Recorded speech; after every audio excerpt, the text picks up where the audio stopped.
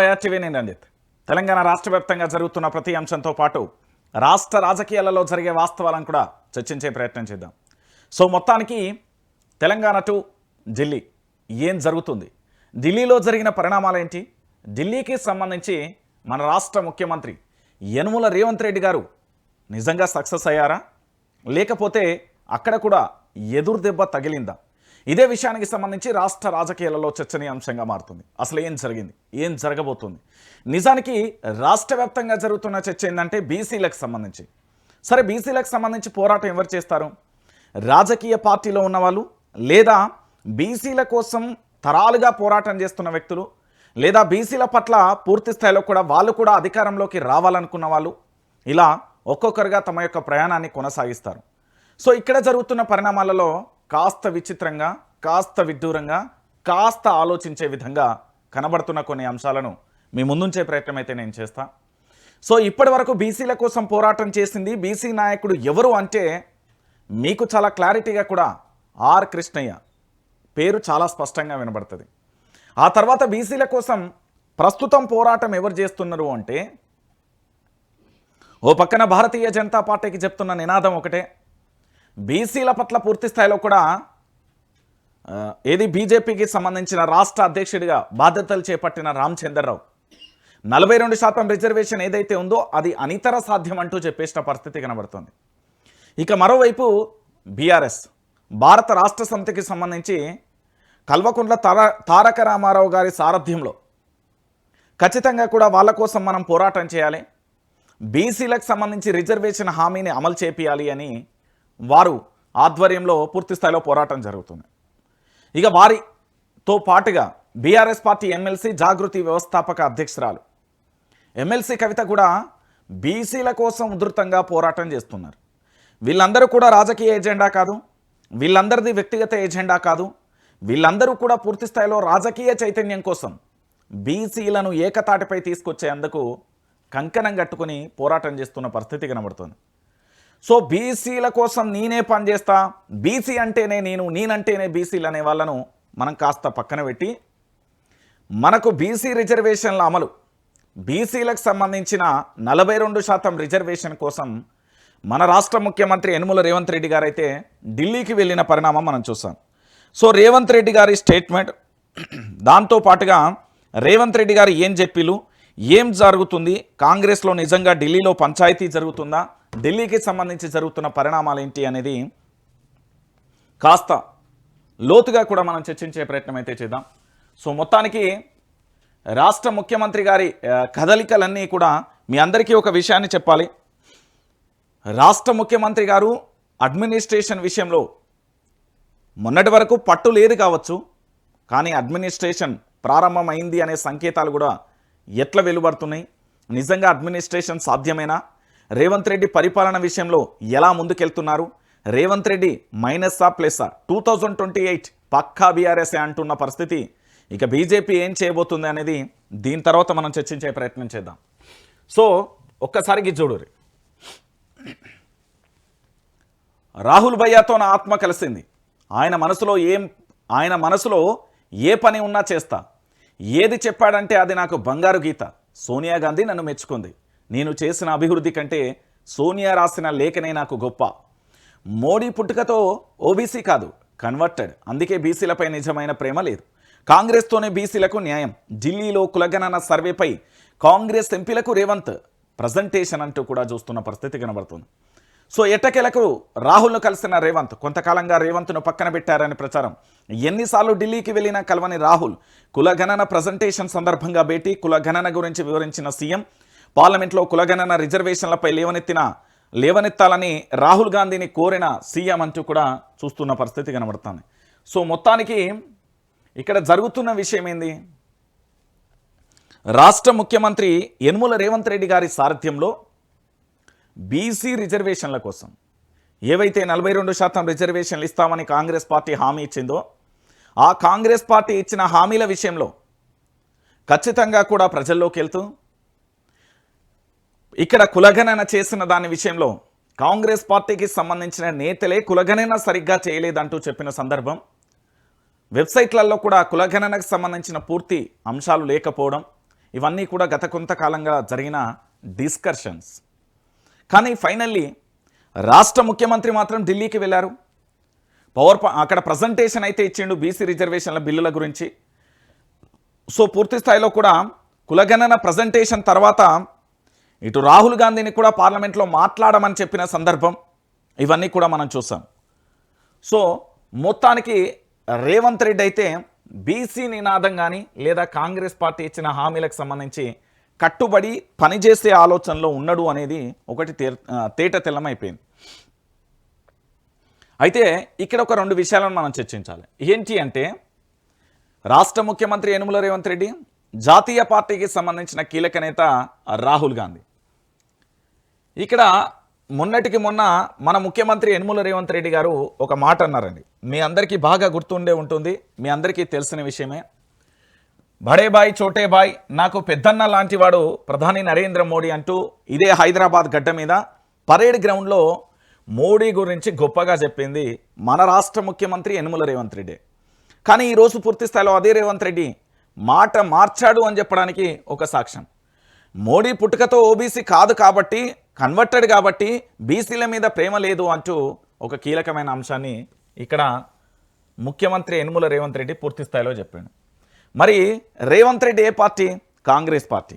దాంతోపాటుగా ఇప్పుడు ప్రధాని నరేంద్ర మోడీ మీద అస్త్రశస్త్రాలను ఎందుకు ఉపయోగిస్తున్నాడు? రానున్న స్థానిక సంస్థల ఎన్నికలలో ఖచ్చితంగా కూడా కాంగ్రెస్ పార్టీ గెలవాలి కాబట్టి, గెలిపించుకోవాలి కాబట్టి, ఆ బాధ్యత ముఖ్యమంత్రే కాబట్టి పూర్తి స్థాయిలో కూడా భారతీయ జనతా పార్టీని టార్గెట్ చేస్తూ బీసీల పట్ల బీజేపీకి చిత్తశుద్ధి లేదనే ధోరణిని ప్రజల్లోకి తీసుకెళ్లేందుకు, అదేవిధంగా బీజేపీ వేరు కాంగ్రెస్ వేరు, నేను కాంగ్రెస్ పార్టీకి సంబంధించిన ముఖ్యమంత్రిని కాబట్టి సో ప్రధాని నరేంద్ర మోడీ మాకు శత్రువు అనే కోణంలో దీన్ని ప్రజెంటేషన్ చేసే ప్రయత్నం చేసిండు. ఇది ఇట్లున్నదా? ఇక దీంతో పాటుగా ఇంకొక అంశాన్ని కూడా చెప్పిండు. ఏమని చెప్పిండు అంటే చూడుర్రి, ఇక్కడ నా ఆత్మ కలిసింది ఏంది ఆయన మనసు ఆయన ఒక్కసారి నా ఆత్మ కలిసింది, ఆయన మనసులో ఏ పని ఉన్నా చేస్తా. ఎవరు? రాహుల్ గాంధీ గారి మనసులో ఏం పని అంటే ఏం చెప్పాలనుకున్నా వారి మనసులో ఏ పని ఉన్నా కూడా చేస్తా అంటూ కూడా రేవంత్ రెడ్డి చెప్పిండు. ఒకటి. రెండోది, సోనియా గాంధీ నన్ను మెచ్చుకుంది, నేను చేసిన అభివృద్ధి కంటే సోనియా గాంధీ రాసిన లేఖ గొప్ప. ఇక్కడ రేవంత్ రెడ్డి గారు సంతోషంతో చెప్పిన 3 వ్యాఖ్యలు ఇవి. మీరందరూ కూడా గుర్తుపెట్టుకోవాల్సిన విషయం ఏంటంటే తెలంగాణలో ఉన్న యావత్తు సమాజం కూడా సోనియా గాంధీ నన్ను మెచ్చుకుంది, ఇది ఒక అంశం అండి. సెకండ్ వన్, నేను చేసిన అభివృద్ధి కంటే సోనియా గాంధీ రాసిన లేఖే నాకు గొప్ప. సరే మనం మాట్లాడుకుందాం.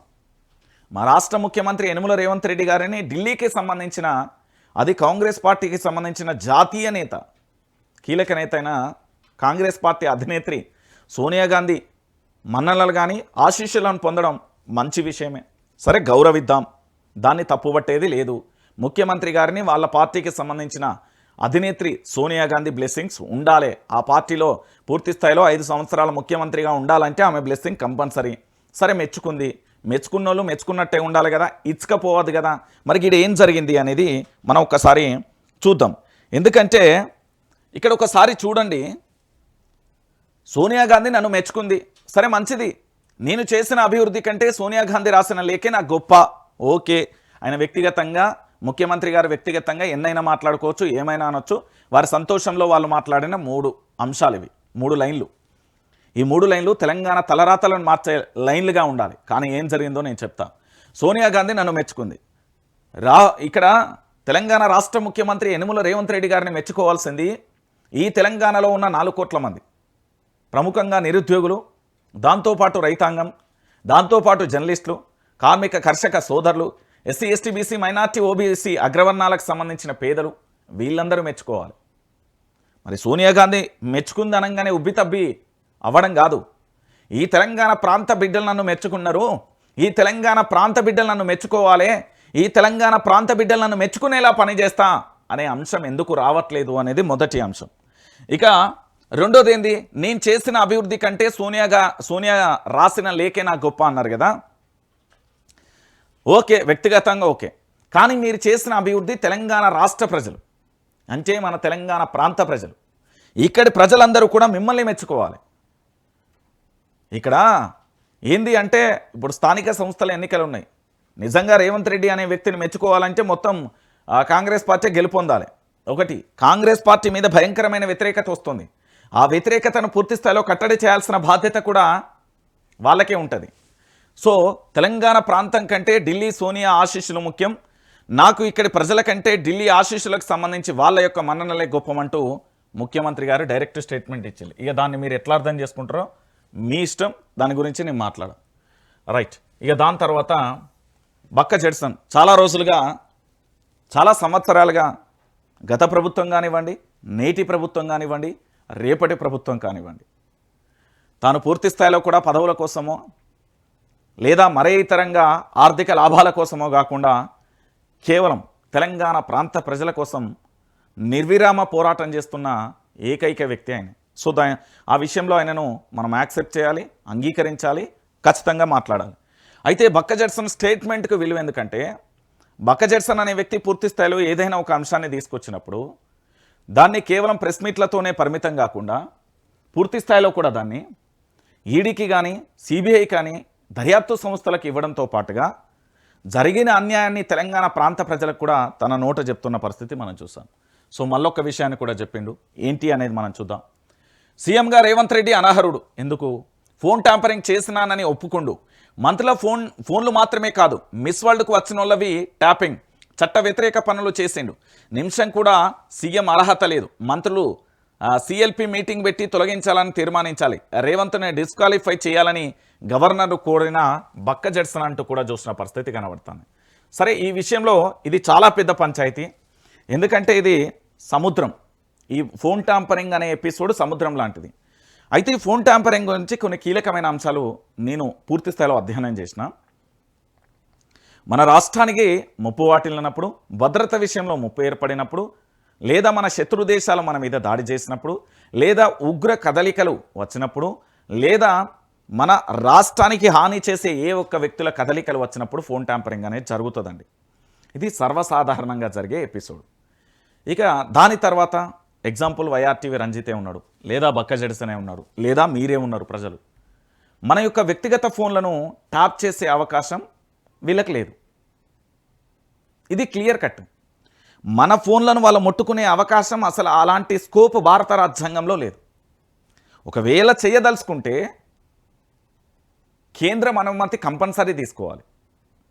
గవర్నర్ టు కేంద్రం లేదా డైరెక్ట్ కేంద్రం, ఎట్లనైనా కావచ్చు. సో కేంద్రం అనుమతి తీసుకోవాలి. అనుమతి లేకుండా వ్యక్తిగత ఫోన్లు అనేది ట్యాంపరింగ్ చేస్తున్నాడు అనేది బలంగా ముఖ్యమంత్రి గారు చెప్పిండు. సో గతంలో ఏమన్నాడు, ఇదే కాంగ్రెస్ పార్టీ పూర్తి స్థాయిలో ఫోన్ ట్యాంపరింగ్ చేస్తుంది అని బీఆర్ఎస్ పార్టీ మీద కాంగ్రెస్ పార్టీ నేత రేవంత్ రెడ్డి, అంటే విపక్షంలో ఉన్నప్పుడు చెప్పిండు. మళ్ళీ ముఖ్యమంత్రి అయిన తర్వాత ఢిల్లీ వేదికగా ఏం చెప్పిండు, ఒకవేళ నా ఫోన్ ట్యాంపరింగ్ అయితే నాకు సిట్ నోటీసులు ఇవ్వాలి కదా, అంటే ఇవ్వలేదంటే నా ఫోన్ ట్యాంపరింగ్ కానట్టే కదా అని చెప్పిండు.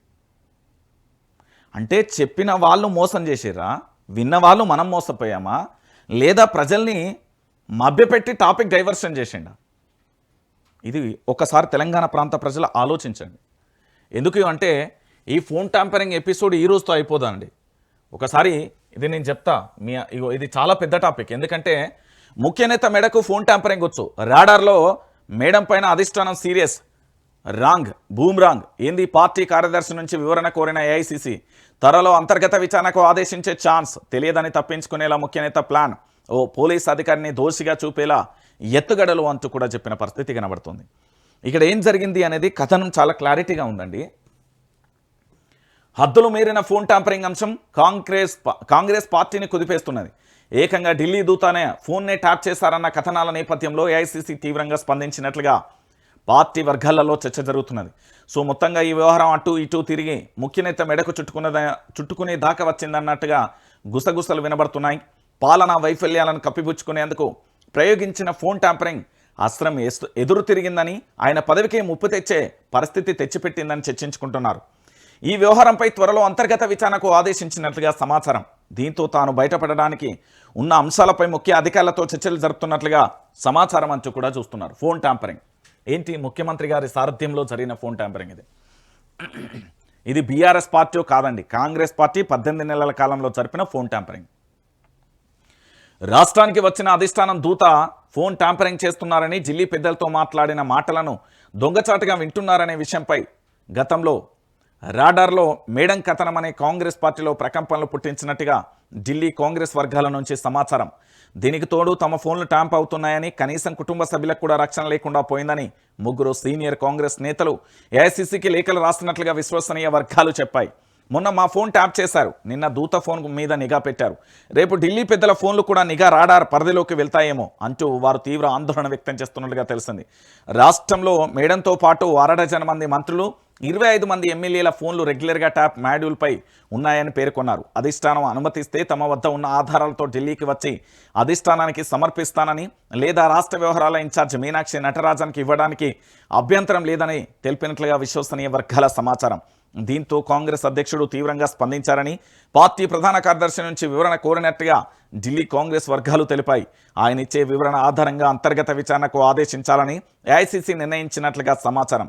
తెలంగాణతో సంబంధం లేని ఏఐసీసీ సభ్యుడి ద్వారా విచారణకు ఆదేశించే అవకాశాలున్నట్లుగా తెలుస్తున్నది. మొన్నటి వరకు ఏం చెప్పిలు, బీఆర్ఎస్ ప్రభుత్వం ఫోన్ ట్యాంపరింగ్ అని చేసింది. ఈరోజు కాంగ్రెస్ పార్టీ అడ్డగోలుగా అడ్డంగా ఇరికిపోయిన పరిస్థితి కనబడుతుంది. ఫోన్ ట్యాంపరింగ్ అయితే ఏం జరిగింది దీంట్లో? ఇది మన ఇండియా నుంచి, అంటే భారత్ నుంచి ఒక పరికరాన్ని తీసుకురాలే, భారత్తో సంబంధం లేకుండా ఇతర దేశాలకు సంబంధించిన కొన్ని టెక్నికల్కి సంబంధించిన వాటన్నింటినీ కూడా తీసుకొచ్చిళ్ళు. వీటిని ఒక ప్రైవేటు వ్యక్తి ఆధ్వర్యంలో ఒక ఆఫీస్లో ఒక రూమ్లో స్టోర్ చేసారు. దీంట్లో ప్రధానంగా కూడా తెలుగు, ఇంగ్లీష్, హిందీ, మరికొన్ని భాషలు వచ్చే వాళ్ళను కూర్చోబెట్టి జరుగుతున్న పరిణామాలను పిన్ టు పిన్ దాంట్లో మొత్తం స్టోరేజ్ చేసి దానిని ప్రతిరోజు ఉదయం నుంచి సాయంత్రం వరకు 24 గంటల వరకు జరిగిన ఎపిసోడ్ను తీసుకెళ్ళి మన రాష్ట్ర ముఖ్యమంత్రి యనుమల రేవంత్ రెడ్డి గారి టేబుల్ మీద పెడుతున్నారు అనేది విశ్వసనీయ వర్గాలు. ఇది ప్రజలు, దాంతోపాటు కాంగ్రెస్ పార్టీకి సంబంధించిన నేతలు చర్చించుకుంటున్నారు, చెవులు కొరుక్కుంటున్న అంశం. సో దీన్ని ఇవ్వడంతో పూర్తి స్థాయిలో కూడా మొన్న ఈ మధ్య కాలంలోనే ఓ మంత్రికి సంబంధించి ఇద్దరు చర్చించుకున్న దాని విషయంలో నన్ను ఇరికించే ప్రయత్నం చేస్తున్నారని వాళ్ళు మాట్లాడుకున్న సంభాషణ, రేవంత్ రెడ్డి గారి కుడి భుజం ఇక్కడికి వెళ్ళి యాస్టీజ్గా వాళ్ళు మాట్లాడుకునే చెప్పేటాలకు కంగు తిన్నారు అనేది మరొక అంశం. సో ఈ విధంగా రాష్ట్రంలో ఎవరైతే ప్రభుత్వాన్ని ప్రశ్నిస్తున్నారో మాలాంటి ప్రశ్నించే గొంతుకలు, దాంతోపాటు పార్టీలకు సంబంధించిన వ్యక్తులు, దాంతోపాటు చాలామంది వ్యక్తులు కూడా ఫోన్లను ట్యాంపరింగ్ చేస్తూ వింటూ ఏ విధంగా అంటే పిచ్చి ప్రేలాపన అంటారు కదా, అట్లా మారిపోయిన పరిస్థితి కనబడుతుంది. సో కొంతమందిని బ్లాక్మెయిల్ కూడా చేస్తున్నారు అనే అంశం, మరికొంతమందిని పూర్తి స్థాయిలో వాళ్ళ కదలికలను నిఘా పెడుతున్నారు అనేది ఎపిసోడ్. ఇది ఫోన్ ట్యాంపరింగ్ ద్వారా జరుగుతున్న ఎపిసోడ్. సో ఇదే అంశానికి సంబంధించి కాంగ్రెస్ పార్టీలో కొంతమంది మంత్రుల దగ్గర సాక్ష్యాలు ఉన్నాయట. ఈ సాక్ష్యాలు తీసుకొని మీరు ఢిల్లీకి రమ్మన్నా వస్తా, లేదా మీరు ఎవరికైనా ఇవ్వమన్నా ఇస్తా, లేదా మీనాక్షి నటరాజన్ గారికి వివరించమన్నా వివరిస్తా అని కాంగ్రెస్ పార్టీలో జరుగుతున్న చర్చ ఇది. సో ఈ చర్చకు సంబంధించి పూర్తి స్థాయిలో కూడా ఈ ఎపిసోడ్ ఎంత దూరం పరిగణించిందంటే చివరి సెకండ్లో ముఖ్యమంత్రిని మార్పు చేసేదాకా వెళ్ళిందండి. కానీ ఇప్పుడు ముఖ్యమంత్రి చేతిలో ఉన్న అస్త్రాలు ఏందో తెలుసా? Phone tampering. ఇక్కడ ఒకసారి చూడండి, సీఎం 2 అంటే వర్సెస్ ఇక్కడ మినిస్టర్స్కు సంబంధించి వీళ్ళిద్దరి మధ్యలో పంచాయతీ ఉంది. వీళ్ళ దగ్గర ఫోన్కు సంబంధించిన ఎపిసోడ్ ఉంది, ఓకే. కానీ సీఎం దగ్గర ఏముందో తెలుసా? ఒక్కొక్క మంత్రి, అంటే తెలంగాణ రాష్ట్రానికి సంబంధించిన ఒక్కో మంత్రికి సంబంధించి పూర్తి స్థాయిలో 10 పేజీల అవినీతి చిట్టా ఉన్నది. ఇప్పుడు పలానా మంత్రి ఏం చేస్తున్నారు, ఎగ్జాంపుల్ ఉదాహరణ తీసుకుంటాం. నేను మంత్రి అనుకోండి, ముఖ్యమంత్రి రేవంత్ రెడ్డి గారు. నేనేం చేస్తున్నా, నాకు నా మెయింటెనెన్స్ ఎట్లా పోతుంది, నన్ను ఎవరెవరు పారిశ్రామికవేత్తలు కలుస్తున్నారు, నన్ను ఎవరెవరు పార్టీలో అంతర్గతంగా కలుస్తున్నారు, ఎవరెవరు ఏం చేయమంటున్నారు అనేది ఈ రిపోర్ట్ అంతా కూడా ముఖ్యమంత్రి గారి చేతిలో 10 పేజీల లేఖ ఉంది. ఒక్కొక్క మంత్రి యొక్క చిట్టా పేజీలతోని రోజు, అది ఇంటెలిజెన్స్ కావచ్చు, ఎస్బీ కావచ్చు, లేదా టాస్క్ ఫోర్సు, ఎస్ఓటీ ఎవరైనా కావచ్చు, మనకు సంబంధం లే. ఈ తెలంగాణలో ఉన్న ఎంక్వైరీ సంస్థలు, దర్యాప్తు సంస్థలు ఏవైతే ఉన్నాయో ఆ దర్యాప్తు సంస్థలన్నీ కూడా దర్యాప్తు చేస్తూ ప్రతిరోజు 30 రోజులు కాదండి, కేవలం 15 రోజులకు ఒక ఎపిసోడ్, 15 రోజులకు ఒక ఎపిసోడ్ లెక్క చిట్టా మొత్తం ముఖ్యమంత్రి గారి చేతిలో టేబుల్ మీద మంచిగా ఇట్లా భద్రపరిచి ఉంది. ఎగ్జాంపుల్ ఒక మంత్రి చిట్టా చెప్తాను, నేను ఉదాహరణకు చెప్తున్నా. ఎగ్జాంపుల్ ఒక మంత్రి గారికి సంబంధించి 10 అంశాలు ఉన్నాయి. మొదటి అంశం ఏంటి అంటే ఆ మంత్రి గారి చిట్టాలో అంటే ముఖ్యమంత్రి గారి టేబుల్ మీద ఉన్న ఆ పేజీలో మొదటిది ఏంటిది అంటే ఏది పదోన్నతులు, అంటే పదవులు ఉంటాయి కదా కాంగ్రెస్ పార్టీకి సంబంధించిన పదవులు, సారీ ఈ మన ప్రమోషన్స్ ఉంటాయి కదా, ఈ ప్రమోషన్స్ ఏవైతే ఉన్నాయో అంటే పూర్తి స్థాయిలో కూడా ఉద్యోగాన్ని ఇంకో చోటకు ట్రాన్స్ఫర్ చేస్తారు కదా, ఆ చిట్టా ఉంది. రెండోది ఇప్పుడు ఎగ్జాంపుల్ ఒక నియోజకవర్గం ఉంది, ఆ నియోజకవర్గానికి సంబంధించి అక్కడ మైనింగ్ ఉంటుంది లేదా ఇతరత్ర చాలా రకాలుగా ఉంటాయి, మొరం దోలుకోవడం కానీ లేదా బండరాళ్ళకు సంబంధించి కానీ లేదా ఇతరత్ర ఇది మన చాలా రకాలుగా నియోజకవర్గాలలో ఉంటాయి కదా అటవీ సంపద అన్నీ, అంటే మనకు ప్రకృతి ఇచ్చే సంపద, ఆ సంపదకు సంబంధించిన అనుమతుల విషయంలో డబ్బులు తీసుకునే విషయంలో కానీ. 3 ఈ రాష్ట్రం నుండి ఇంకొక రాష్ట్రానికి ఏదైనా ఒక సరుకు, అది బియ్యమే కానివ్వండి మరొకటి ఏదైనా ఎక్స్పోర్ట్ ట్రాన్స్పోర్ట్ చేస్తారు కదా, ఆ చిట్టా అంటే ట్రాన్స్పోర్ట్కు సంబంధించి. 4 ఫైనాన్షియర్స్ ఉంటారు కదా, అంటే మంత్రులకు సంబంధించి రోజువారీ ఖర్చులు ఉంటాయి, వాళ్ళ వెహికల్ పెట్రోలు డీజిల్లు, పిఎల మెయింటెనెన్స్, డ్రైవర్ల మెయింటెనెన్స్, ఫుడ్డు, దాంతోపాటు బస చేసే కార్యక్రమాలు వీటన్నీ ఉంటాయి కదా, దీనికి సంబంధించి ఓ వ్యక్తికి ఇవ్వడం. దాంతోపాటుగా కాంట్రాక్ట్ కమిషన్ తీసుకునడం 5% ఆ 10%. దాంతోపాటు ఇసుక రేణువులు ఉంటాయి, ఇసుకకు సంబంధించి ప్రతి దాని మీద మంత్లీ 1 CR ఇవ్వడం for day or I think correct or wrong, day 1 CR లేదా మంత్లీ 1 CR అనేది ఎగ్జాక్ట్గా తెలియదు, అదొకటి. 7th వన్ వచ్చేసి కాంగ్రెస్ భూములకు సంబంధించి ఈ అక్రమాలకు పాల్పడడం. 8th వన్ వచ్చేసి కుటుంబ సభ్యుల పేరు మీద రిజిస్ట్రేషన్ చేయించడం. 9th వన్ వచ్చేసి పూర్తి స్థాయిలో పార్టీకి సంబంధించి ఇతర జిల్లాలకు సంబంధించిన నేతల సఖ్యత ఉంటుంది కదా, దాంతో కొన్ని ప్రభుత్వానికి సంబంధించిన పనులు చేయించుకోవడం. 10th వన్ వచ్చేసి తెలంగాణ రాష్ట్ర వ్యాప్తంగా మీ అందరికీ తెలిసిన విషయమే కదా, మన సంక్షేమ పథకాలు ఏవైతే ఉన్నాయో వాటిల్లో వాళ్ళ ఏదైతే కొన్ని ఉంటాయి కదా వాటిని ఇటువైపు వాళ్ళ అనుచరులకు డైవర్ట్ చేసే ప్రయత్నం. సో ఈ 10 రకాల చిట్టా ప్రతి మంత్రి చిట్టా రాష్ట్ర ముఖ్యమంత్రి యనుమల రేవంత్ రెడ్డి గారి టేబుల్ మీద ఉన్నది. ఇది ఎవరు లైట్గా తీసుకున్నా ఎవరు పట్టించుకోకపోయినా మీ కర్మ. మంత్రుల చేతులైనేమో ముఖ్యమంత్రి గారి ఫోన్ ట్యాంపరింగ్ ఎపిసోడ్ ఆధారాలు అనేది వీళ్ళ పంచాయతీ, వీళ్ళ చిట్టా మొత్తం ముఖ్యమంత్రి గారి దగ్గర ఉన్నదని ముఖ్యమంత్రి గారి వాదన. 2 అయిపోయిందా? ఇక 3వ అంశం ఏంటంటే దీంట్లోనే మినిస్టర్స్ కుటుంబ సభ్యులు కావచ్చు, ఎమ్మెల్యేలు కావచ్చు, ఇతరత్ర అందరిది తెలంగాణలో ఉన్న చాలామంది కూడా ఫోన్లోనే ఒక ఎపిసోడ్ కొనసాగుతుంది. సో ఈ ఎపిసోడ్ అంతా కూడా జరుగుతున్నది ఈ ల్యాండ్లలో ఎవరెవరు ఉంటారు, సెటిల్మెంట్లలో ఏ అధికారి ఉంటాడు, ఎక్కడెక్కడి నుండి వస్తారు, ఎవరెవరు, వాళ్ళ పేర్లు, వాళ్ళ చిట్టా, వాళ్ళ గ్రామం, వాళ్ళ విలేజ్, వాళ్ళ ఆధార్ కార్డు, మన్ను మశానం తోటకూర అంతా కలిపి ముఖ్యమంత్రి గారి టేబుల్ మీద ఉన్నది. ఇప్పుడు 6 గ్యారెంటీలు 13 అంశాలు 420 హామీల గురించి చర్చ కాదు, లేదా మరే అంశాల గురించి చర్చ కాదు. అంతర్గత యుద్ధం నడుస్తుంది కాంగ్రెస్ పార్టీలో నడిచే యుద్ధం ఏంది అంటే ఈ అంతర్గత యుద్ధంతో ఏం జరుగుతుంది అనేది వేచి చూడాల్సిన పరిస్థితి అయితే ఇక్కడ కనబడుతున్నది. సో మొత్తానికి ఈ ఫోన్ ట్యాంపరింగ్ కాస్త ఎంత దూరం పరిగణించింది అనేది కూడా చూసే ప్రయత్నం అయితే మనం చూసాం. ఇక దాంతోపాటుగా ఇంకొక అంశాన్ని కూడా మీకు చూపెడతాను.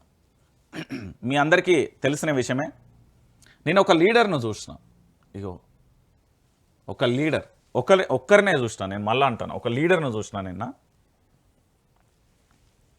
BRS party working president Kalvakuntla Taraka రామారావును చూస్తున్నాను. ఎందుకు లీడర్ అన్నా అంటే నిన్న నేను ఒక సర్వే పెట్టానండి. ఏంటి అంటే బీఆర్ఎస్ పార్టీకి సంబంధించి వర్కింగ్ ప్రెసిడెంట్ జన్మదినం సందర్భంగా ఫ్లెక్సీలను ఏర్పాటు చేశారు. మీ అందరికీ తెలుసు కదా, ఆ ఫ్లెక్సీలను పూర్తి స్థాయిలో కూడా జిహెచ్ఎంసీ అధికారులు చించేశారండి. కేటీఆర్ ఫ్లెక్సీలు చించేసిన జిహెచ్ఎంసీ, బర్త్డే సందర్భంగా ఫ్లెక్సీల ఏర్పాటు, కాంగ్రెస్ ఫ్లెక్సీలను వదిలేసి కేవలం బీఆర్ఎస్ ఫ్లెక్సీల తొలగింపు, సర్కారు తీరుపై బీఆర్ఎస్ నేతల ఆగ్రహం. ఈ ఎపిసోడ్ చూశారు కదా, ఈ విషయంలో కనీసం మాట్లాడలే, సైలెంట్గా ఉన్నాడు. ఎందుకు అంటే తన జన్మదిన వేడుకల రోజున బీఆర్ఎస్ పార్టీకి సంబంధించిన నేతలు కావచ్చు, లేదా వాళ్ళ ఫాలోవర్స్ కావచ్చు, అభిమానులు కావచ్చు, లేదా వ్యక్తిగతంగా పూర్తి స్థాయిలో తనని ఇష్టపడే వ్యక్తులు కావచ్చు, ఫ్లెక్సీలను ఏర్పాటు చేస్తే తొలగించలు. ఇదే కాంగ్రెస్ పార్టీకి సంబంధించిన 6 అడుగుల కట్అవుట్, అదేందో కట్టెలతో కర్రలతో పెడతారు కదా, కర్రలతో పెట్టి వాళ్ళ ఫోటోలు స్టిక్కర్ అతికిచ్చి వాళ్ళు ఏదో నిలబడ్డట్టుగా ఒకల మీద నిలబెట్టినట్టుగా దాన్ని అయితే ఉంచిన పరిస్థితి కనబడతాను. దీన్ని అయితే తొలగించలు. సో దీని మీద చిర్రెత్తింది బీఆర్ఎస్లకి. ఇది పక్కన పెడితే సో కోపం అయితే వస్తుంది సహజంగా. కానీ నేను లీడర్ని ఎందుకు చూస్తున్నానంటే, ఇప్పుడు ఎగ్జాంపుల్ వద్దు, కేటీఆర్దే పుట్టినరోజు అండి. నిన్న కేటీఆర్ పుట్టినరోజు ఎక్కడ జరుపుకున్నాడు? తెలంగాణ భవన్లో పార్టీకి సంబంధించిన కార్యకర్తలు వాళ్ళ నాయకుల మధ్య పుట్టినరోజు వేడుకలు జరుపుకున్నాడు. దాని తర్వాత వారి యొక్క తండ్రి గారైన ఈ రాష్ట్ర మొదటి ముఖ్యమంత్రి 14 సంవత్సరాల పాటు పోరాటం చేసిన కల్వకుంట్ల చంద్రశేఖర్ గారి ఆశీస్సులు తీసుకున్నారు. అయితే తీసుకున్న తర్వాత ఒకసారి చూద్దాం. ఘనంగా కేటీఆర్ జన్మదిన వేడుకలు, తెలంగాణ భవన్లో సంబరాలు, అభిమానులు కార్యకర్తల మధ్య కేక్ కట్, తల్లిదండ్రుల ఆశీర్వాదం తీసుకున్న కేటీఆర్, గిఫ్ట్ ఏ స్మైల్ పేరుతో పలువురికి సహాయ కార్యక్రమాలు, రక్తదానం చేసిన అభిమానులు అంటూ కూడా చూస్తాను. ఇది న్యాచురల్గా ఏ నేత అయినా తెలంగాణలో జరుపుకునే విధానం. ఇప్పుడు నా పుట్టినరోజు వచ్చినప్పుడు నా తల్లిదండ్రుల ఆశీస్సులు, గుడికి వెళ్ళడం, దాంతోపాటు కొన్ని సేవా కార్యక్రమాలు చేయడం, ఎవరైనా ముఖ్య నాయకులు ఉంటే సహాయం చేసిన వాళ్ళ యొక్క పెద్దలే గౌరవనీయులు వాళ్ళని యొక్క ఆశీస్సులు తీసుకోవడం సర్వసాధారణం. కానీ లీడర్ అని నేను ఎందుకన్నా అంటే, ఇది చూసిన తర్వాత నిజంగా కూడా మైండ్ బ్లాక్ అయిపోయింది. ఇగో ఇది మాటలు చెప్పడం కాదు, చేతలు చేసి చూపించడం.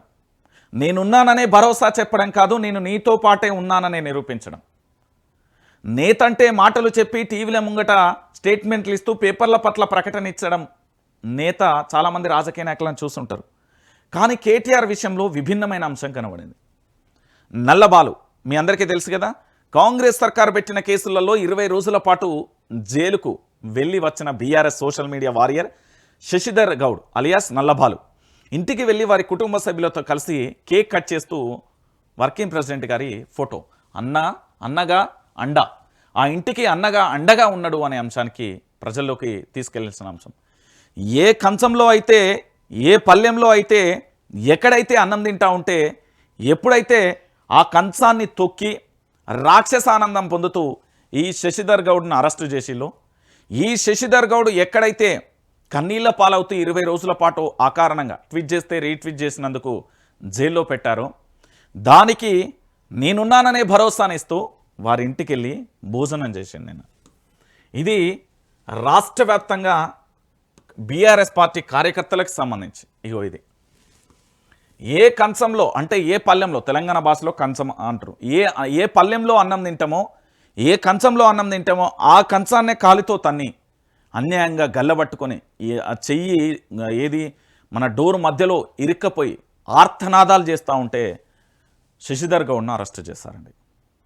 అరెస్టు చేస్తే లేదు బిడ్డ మేమందా మీతోనే ఉన్నాం అని చెప్పి నిన్న సంగారెడ్డి జిల్లా పటాన్చెరువు మండలం ఇంద్రదేశం గ్రామంలో social media warrior Shashidhar Goud నివాసానికి తన జన్మదినం సందర్భంగా అక్కడికి వెళ్ళి వాళ్ళ ఇంట్లో కేక్ కట్ చేయించి, అక్కడ ఏదైతే అన్యాయం ఎక్కడైతే ఓడిపోతామో అక్కడి నుంచే మళ్ళీ పోరాటం మొదలు పెట్టాలంటారు కదా విజయానికి, అట్లనే వాళ్ళ ఇంటికి పోయి భోజనాన్ని చేసింది. ఇది బీఆర్ఎస్ పార్టీ కార్యకర్తలు మామూలుగా హర్షిస్తలేరు. నేను చెప్తున్నా కదా, ఒక రకంగా చెప్పాలంటే ఆ అంశాన్ని చూసిన తర్వాత బీఆర్ఎస్ పార్టీకి సంబంధించి బీఆర్ఎస్వి కావచ్చు, లేదా ఇతరత్ర అనుబంధ సంఘాలు, యువత, లేదా ఇంకా చాలామంది ఉన్నారు కదా, వాళ్ళందరూ కూడా నిజంగా ఎంత వాళ్ళకు కొండంత ధైర్యంతో పాటు ఇక చెలరేగిపోతారు. సముద్రం కాదు, అలలు కాదు, సునామీ కాదు, ఏదొచ్చినా భూకంపం, ఏ ప్రకంపనలు జరిగినా ఇక తగ్గేదేలే అంటారు. వాళ్ళు ఇంతే కఠోరంగా కూడా ముందుకెళ్ళే అవకాశం ఉంటుంది. నేను చెప్తున్నా కదా, ఎందుకంటే నేనున్నానంటూ అండగా నిలవడమే కాదు, వారి ఇంటికెళ్ళి భోజనం చేసి వాళ్ళకు భరోసానిచ్చే పని చేసాను. ఇది కదా ధైర్యం అంటే. ఇక దాంతోపాటు వారి యొక్క తల్లిదండ్రుల ఆశీస్సులు కూడా నిన్న తీసుకున్నాడు. తన తనయుడు బీఆర్ఎస్ వర్కింగ్ ప్రెసిడెంట్ కేటీఆర్ను పార్టీ అధినేతగా కేసీఆర్ ఆశీర్వదించారు. గురువారం తన పుట్టినరోజు సందర్భంగా పురస్కరించుకొని కేటీఆర్ తన సతీమణి శైలిమ, కుమారుడు హిమాంశతో కలిసి ఎర్రవెల్లిలోని కేసీఆర్ నివాసానికి వెళ్లారు. ఈ సందర్భంగా తల్లిదండ్రులైన కేసీఆర్, శోభమ్మకు కేటీఆర్, శైలిమ పాదాభివందనం చేశారు. ఈ సందర్భంగా నిండు నూరేళ్లు వర్ధిల్లాలని ఆకాంక్షిస్తూ కేటీఆర్ శైలమను కేసీఆర్ దంపతులు ఆశీర్వదించిన పరిస్థితి కనబడింది. దాంతోపాటు హ్యాపీ బర్త్డే డాడీ హిమాంశకు సంబంధించి కేటీఆర్కు ఆయన కుమారుడు హిమాంశ ఎక్స్ వేదికగా జన్మదిన శుభాకాంక్షలు తెలిపారు. హ్యాపీ బర్త్డే డాడీ, మీలాంటి తండ్రి నాకు లభించడం నా అదృష్టం. తాతయ్యకు మీరు గర్వపడేలా చేసినట్లుగా నేను మిమ్మల్ని గర్వపడేలా చేయాలని కోరుకుంటున్నా. ఎన్ని జన్మలకైనా మీరే నా తండ్రిగా ఉండాలని కోరుకుంటున్నా. మీ సైనికుడిగా, మీ స్నేహితుడిగా, మీరు గర్వించదగిన కొడుకుగా ఎప్పుడు మీకోసం ఉంటాను. మీరంటే మాకు చాలా చాలా ఇష్టం అంటూ కూడా ట్వీట్ చేసిన పరిస్థితి కనబడుతుంది.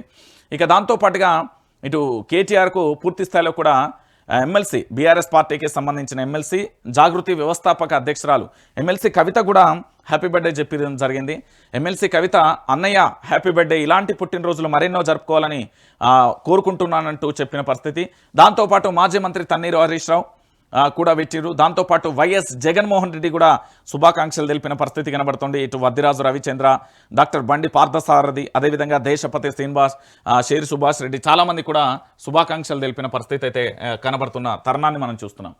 సో మొత్తానికి నల్లబాలుకు కొండంత ధైర్యమే కాదు, నల్లబాలు అలియాస్ శశిధర్ గౌడ్కు సంబంధించి ఒక ధైర్యాన్ని అయితే నింపిన నేతగా వాళ్ళ పార్టీ కార్యకర్తలలో మాత్రం ఈ ఒక్క ఎపిసోడ్ నిజంగా కూడా ఒక చరిత్రను మార్చే ఎపిసోడ్గా కాబోతున్నది. తొలి విజయం అంటారు కదా, తొలి సంకేతం అంటారు కదా, తొలి పోరాటం అంటారు కదా, తొలి అడుగు అంటారు కదా, అది నల్లబాలు ఇంట్లోకి వెళ్ళి అంటే శశిధర్ గౌడ్ ఇంటి నుండి మొదలైంది అనేది BRS party working president Kalvakuntla Taraka Rama Rao ఇచ్చిన సంకేతంగా కూడా మనం భావించవచ్చు. ఇక దానితో పాటుగా మరో ఎపిసోడ్ ఈ ఒకసారి మీరందరూ చూడండి ఆ ఫోటోను. నంద్యాల జిల్లాకు సంబంధించి పోతిరెడ్డిపాడులో ఉన్న ఈ హెడ్ రెగ్యులేటరీకి నుంచి 3 కాల్వలు తవ్వి 15 గేట్ల ద్వారా శ్రీశైలం బ్యాక్ వాటర్ నుంచి రోజు 40,000 క్యూసెక్ల నీటిని ఏపీకి తరలించుకుపోతున్న దృశ్యం. ఏపీ జలదోపిడీ చేస్తున్నప్పుడు తెలంగాణలో ఉన్న నేతలు ఏం చేస్తున్నారు? వచ్చినవి వచ్చినట్టుగా కృష్ణా నీళ్లు దిగువకు మళ్లింపు, ఇండెంట్ ఆర్డర్ లేకుండానే ఇష్టానుసారంగా తరలింపు. ఒకవైపు శ్రీశైలం రిజర్వాయర్, మరోవైపు తుంగభద్ర, ఇంకోవైపు నాగార్జున సాగర్ కుడికాల్వ ద్వారా సాగర్ నిండక ముందుకే ఈ ఏడాది నీటి తరలింపు మొదలు.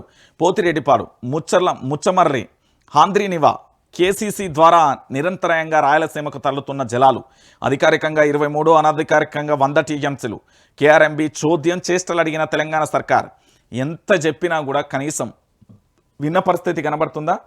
మన తెలంగాణ నీళ్లు ఆంధ్ర పెత్తందారి వ్యవస్థ ఇంత దారుణంగా తీసుకెళ్తున్న తరుణం కనబడుతుంది.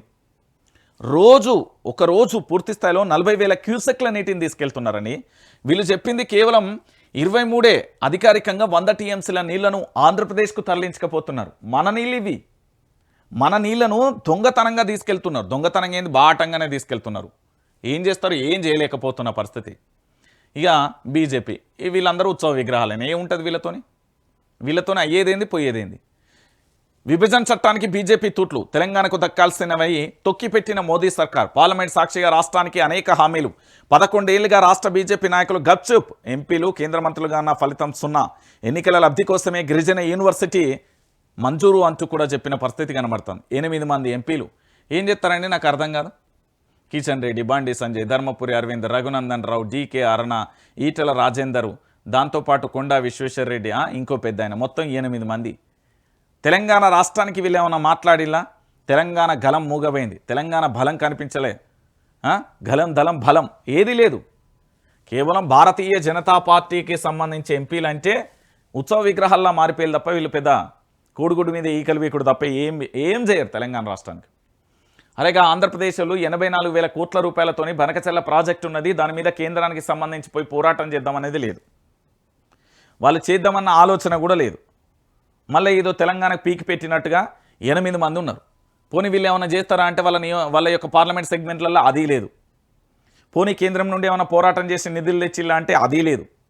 మరి ఎందుకు ఉన్నారయ్యా అంటే ఉన్నావా అంటే ఓయమ్మ ఉన్నా. ఎందుకంటే వాళ్ళ వ్యాపారాల లబ్ధి కోసం, వాళ్ళ రాజకీయ పదవుల కోసం. మీకేం లేదు. ప్రజలు ఎప్పుడైనా ఆలోచించండి, మీరు చాలా చైతన్యవంతులు. నేను ప్రజల్ని ఉద్దేశించి ఒక మాట చెప్తున్నా, నాకు తెలిసి మిమ్మల్ని మించిన చైతన్యవంతులు ఈ తెలంగాణలో ఎవరూ లేరు. తెలంగాణ ప్రాంత ప్రజలు చాలా చైతన్యవంతులు. భారతదేశంలో ఎక్కడా లేని చైతన్యం మన తెలంగాణ గడ్డ మీద ఉంటుంది. భారతదేశంలో ఎక్కడా లేని ఉద్యమ పోరాటం స్ఫూర్తి మన తెలంగాణ గడ్డ మీద ఉంటుంది. భారతదేశంలో ఎక్కడా లేని కష్టం, వ్యూహాలు, అభివృద్ధి మన తెలంగాణలో ఉంటాయి, మీ ఆలోచనలలో ఉంటాయి. కానీ ఇలాంటి నేతలను భవిష్యత్తులో దయచేసి ఎన్నుకోకండి. అవసరమైతే మీరు నిలబడండి. సామాన్యులకు బాసటగా నేనుంటా. నేను చెప్తున్నా కదా, వైఆర్టీవీ అంటే నా ఒక్కడిదే కాదు, తెలంగాణలో ఉన్న 4 కోట్ల మంది ప్రజలది. ఇది నేనేమంటున్నా, రాష్ట్ర ముఖ్యమంత్రి Yanamala Revanth Reddy, BRS working president KTR, దాంతోపాటు భారతీయ జనతా పార్టీ రామచందర్, కమ్యూనిస్టులు, దాంతోపాటు చాలామంది అందరిది ఇది. నేనేమంటున్నానంటే వైఆర్టీవీ నా ఒక్కడిదే కాదు, అందరిది. మనం ఏం చేయాలంటే తెలంగాణ రక్షణ కోసం పనిచేయాలి, తెలంగాణ కవచం కోసం పనిచేయాలి. కాబట్టి ప్రజల్ని నేను విజ్ఞప్తి చేసేది ఏంటంటే, స్థానిక సంస్థలు అంటే సర్పంచ్ ఎన్నికలు వస్తున్నాయి. మీ గ్రామాన్ని రూపురేఖలు మార్చేటోని ఎన్నుకోరి, మీ గ్రామం అభివృద్ధి దిశలో వేయటాలని ఎన్నుకోరి, కాస్తో కూస్తో చదువున్న వాళ్ళని ఎన్నుకోరి, దాంతోపాటు నీతి నిజాయితీ నిబద్ధత ఉన్న వాళ్ళను ఎన్నుకోరి, మీ అభివృద్ధి కోసం చూసుకోరి. క్వార్టర్ బాటిల కోసమో బిర్యానీ పొట్లాల కోసమో వీడు నా బావరా, వాడు నా బామ్మారదిరా, వాడు నా అన్నరా, వాడు నా సుంటపూర్రా, నా ఫ్రెండ్ రా, ఇవి పెట్టుకోకోరి. మీ గ్రామాలు అభివృద్ధి బాటలో నడవాలంటే దానికి సైనికులుగా, వారధులుగా మీరే ఉండాలి. కాబట్టి నేను చెప్తున్నా, ఇప్పుడు వీళ్ళని ఎన్నుకున్నారు, ఏమొచ్చింది నాకు అర్థం కాదు. వీళ్ళ 8 మంది ఫాలోవర్స్ జై జై జై జై జై గల్లాలు చెప్పుకుంటారు, పచ్చబొట్లు వేసుకుంటారు, ఫ్లెక్సీలు కడతారు, అన్నీ చేస్తారు. ఏమొస్తుంది? ఇంటికి పోతే కంచాల్లో పెడతాయి. ఏముంటుంది? నువ్వు పార్లమెంట్ సెగ్మెంట్కు సక్క నిధులు లేకపోతేవి, తెలంగాణకు అన్యాయం జరుగుతా అంటే పోరాటం చేయకపోతేవి, పోనీ ఇక్కడ ప్రశ్నించే గొంతుకలు మాలాంటి జర్నలిస్టులకు పూర్తి స్థాయిలో అక్రమ కేసులు పెడతా అంటే మాట్లాడకపోతే, ఒక ప్రాణభయంతోనే మమ్మల్ని టార్చర్ పెడతా అంటే ఏం మాట్లాడు? ఎందుకు మరి వీళ్ళు ఉండడానికి? గుడి గుర్రాల పనులు దొమ్మనికి అంతే, అంతకు మించి ఏముంటుంది? వీళ్ళట ఏదో చేస్తారట, ఇంకా మనం మాట్లాడాలంట. ఇగో దీని గురించి ఎందుకో మాట్లాడతలేరు. గోపనపల్లి గుండారాజ్, భాగ్యనగర్ టీఎన్జిఓ సెక్యూరిటీ గార్డులకు రివాల్వర్లతో బెదిరింపులు, ప్రభుత్వ భూమిలో అధికారుల అండతో అక్రమంగా లేఅవుట్లు, కిరాయి మూకల దాడిలో హడలెత్తి ముంబై పారిపోయిన గార్డులు, ప్రైవేట్ వ్యక్తుల భూమి ఇది కాదంటూ గతంలోనే కలెక్టర్ నివేదిక, కాంగ్రెస్ అధికారంలోకి రాగానే కలెక్టర్ నివేదికలోనూ మార్పులు, న్యాయ పోరాటం లేకుండా ప్రైవేట్కు 91 ఎకరాలు ధారాదత్తం, సుమారు 9,000 కోట్ల విలువైన భూమిని పంచుతున్న పెద్దలు, అధికారిక రికార్డులలో పేర్లు నమోదు కాకుండా యథేచ్ఛగా లేఅవుట్లు, రేపు మాపు బసవతారక్ను కబలించేలా కదులుతున్న పావులు, సాధికారత కమిటీపై సర్కారు నిందలు, కంచగచ్చిబౌలి భూములను మారని కాంగ్రెస్ ప్రభుత్వ తీరు, పునరుద్ధరణపై కోరితే అసలు అవేడా కాదంటూ అఫ్రవిట్టు, అడవిని ధ్వంసం చేసి మొక్కలు నాటుతామంటూ నివేదిక అంటూ కూడా చెప్పిన పరిస్థితి కనబడుతుంది. ఈ తెలంగాణలో గిన్ని పార్టీలు ఉన్నాయండి. ఏం చేస్తున్నాయండి చూడుది ఒక్కసారి. 4 కోట్ల మంది ప్రజలు మీ కళ్ళ ముంగట, మీరు చదువున్నా చదువుకోకపోయినా, మనకైతే కొంత తెలివైతే ఉంటుంది కదా తెలంగాణ. ఇది ప్రభుత్వ భూమి, టీఎన్జిఓలకు సంబంధించి వాళ్ళకి ఇచ్చింది, ఇది ప్రభుత్వ ఉద్యోగులకు ఇచ్చింది. కానీ పూర్తి స్థాయిలో ఏం చేసేళ్ళు ఇక్కడ ప్రైవేట్ రాజ్యం వెళ్తుంది. దీనికి సంబంధించి గతంలోనేమో ఇది ఎవరిది కాదని కలెక్టర్కు సంబంధించి పూర్తి స్థాయిలో కూడా చెప్పింది, ఇది ప్రైవేట్ వ్యక్తుల భూమి కాదు అంటూ చాలా క్లారిటీగా చెప్పింది. ఇప్పుడేమో ఇది వాళ్ళ చేతిలోకి పోతుంది. ఇంత సాక్ష్యంగా, ఇంత బయటికి బాహాటంగా రాస్తే కనీసం దీని మీద ప్రభుత్వాలు స్పందించాయి. ఎందుకు స్పందించాయంటే, చాలా వరకు కొన్ని ఫేక్ మీడియాలు వచ్చినాయి, వాస్తవ విషయాల కంటే అబద్ధమైన, అసంబద్ధమైన వార్తలను తెర మీదకి తీసుకొచ్చే ప్రయత్నం చేసింది. ఒకప్పుడు ఒక వార్త రాస్తే దానికి అధికారులు హడలెత్తిపోయేవారు. ఇప్పుడు అలాంటి పరిస్థితి లేదు. ఇంత దారుణంగా ఇది నమస్తే తెలంగాణకు సంబంధించిన మెయిన్ పేజీలో హెడ్డింగ్లో రాస్తే కనీసం దీని గురించి చర్చ లేదు. కనీసం అంటే కనీసం దీని గురించి చర్చ లేదండి. మరి దీని గురించి ఏం చేస్తాయి? ఏం చెయ్యి, చేయడానికి ఏముంటుంది? ప్రభుత్వానికి సంబంధించి చేసేది ఏం చేస్తారు ఎప్పుడు నాకు అర్థంగా. వీళ్ళ వల్ల ఏమవుతుంది? వీళ్ళ వల్ల చేసేది కూడా ఏముండదు కదా. ఇది ఇట్లున్నది. సో మొత్తానికి ఇక దీంతో పాటుగా మరొక అంశం చూసిలుగా, నేడు లింగంపేటలో ఆత్మగౌరవ గర్జన, హాజరు కానున్న కేటీఆర్. అంబేద్కర్ జయంతి రోజున దళితుల్ని అవమానించిన పోలీసుల దౌర్జన్యానికి నిరసనగా అంటూ కూడా చూస్తున్న సభ. ఏంటి అంటే, తెలంగాణలో దళిత బిడ్డల పట్ల, దళితుల పట్ల, దళిత జాతి పట్ల, ఒక దళితులనే కాదు, ఒక బీసీలనే కాదు, ఒక ఓసీలనే కాదు, ఒక మైనార్టీలనే కాదు, ఒక వ్యక్తికి మానవత్వ కోణంలో మనం గౌరవం ఇవ్వాలి. కులం పేరుతో దూషించో, కులాల పేరును నెత్తి మీద పెట్టుకొని రాజకీయం చేయడానికో కాదు. అందరికీ మనం సమానమైన న్యాయం చేయాలి. అయితే ఇక్కడ జరిగిన ఎపిసోడ్ ఏంటంటే, మొన్న అవమానం ఏదైతే జరిగిందో దానికి పూర్తి స్థాయిలో కూడా ఇవాళ ఆ గౌరవాన్ని నిలబెట్టేందుకు కేటీఆర్ అయితే అక్కడికి పోతున్న పరిస్థితి అయితే కనబడుతుంది. సో దీని మీద ఏం జరుగుతుంది ఏం కథ అనేది మనం కూడా వేచి చూడాల్సిన పరిస్థితి అయితే కనబడుతుంది. ఇక దాంతోపాటు ఇంకొక అంశం మీ అందరికీ తెలిసిన విషయమే, తెలంగాణ రాష్ట్ర వ్యాప్తంగా జరుగుతున్న ప్రతి అంశానికి సంబంధించి ఒక ఎపిసోడ్ అవుతున్నది. ఏంది, అంచనాలు మించిన రేవంత్ రెడ్డి నేడు కేబినెట్ భేటీ, సిగాచి నివేదిక, బీసీ రిజర్వేషన్లు, గిగ్ వర్కర్లు, గోశాల బిల్లులపై చర్చ. ఇది తలుపులు మూసిన గదుల నుంచి చేయలేదు. తెలంగాణలో ఉన్న డేటా ఏ రాష్ట్రంలో లేదు. దేశంలో కులగణన నిర్వహణకు ఇది మార్గదర్శి. కేంద్రంలోని బీజేపీ సర్కార్ దీన్ని సరైన రీతిలో చేయదు. దేశంలో అసలైన వాస్తవ చిత్రాన్ని బహిర్గతం చేసేందుకు ఇష్టపడదు. ఇంగ్లీష్లో విద్య ఇప్పుడు దేశానికి అత్యవసరం. వారి పిల్లలు ఏ భాషలో చదువుతున్నారో బీజేపీ నేతలను అడగండి. దళిత ఆదివాసీ పిల్లలను ఇంగ్లీష్లో ఎందుకు చూడకూడదు? ఢిల్లీలో కులగణనపై పీపీటీలో కాంగ్రెస్ అగ్రనేత ఎంపీ రాహుల్ గాంధీ అంటూ కూడా చూస్తున్న పరిస్థితి. ఇది రేర్ సర్వే, అంటే రాహుల్ రేవంత్ సర్వే. రాహుల్ వల్లే దేశంలో జనగణనతో పాటు కులగణన. నేను మొదటి నుంచి కాంగ్రెస్ పార్టీ వ్యక్తిని కాకపోయినా ఆయన వల్లే సీఎం పది. సోనియా గాంధీ రాసిన లేఖ నాకు life time achievement. Modi legally converted OBC అంటూ కూడా చెప్తున్న పరిస్థితి కనబడుతుంది. సరే, మొత్తానికి మీరు యాన్నానా ఊరి భయ్, మాకెందుకు మీతో లొల్లి ఎందుకు? మా బీసీలకు సంబంధించి మాకు రాజ్యాంగ హక్కులు ఏవైతే ఉన్నాయో అవి.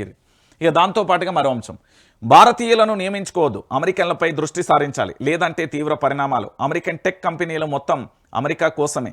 గూగుల్, మైక్రోసాఫ్ట్ వంటి సంస్థలకు డొనాల్డ్ ట్రంప్ వార్నింగ్.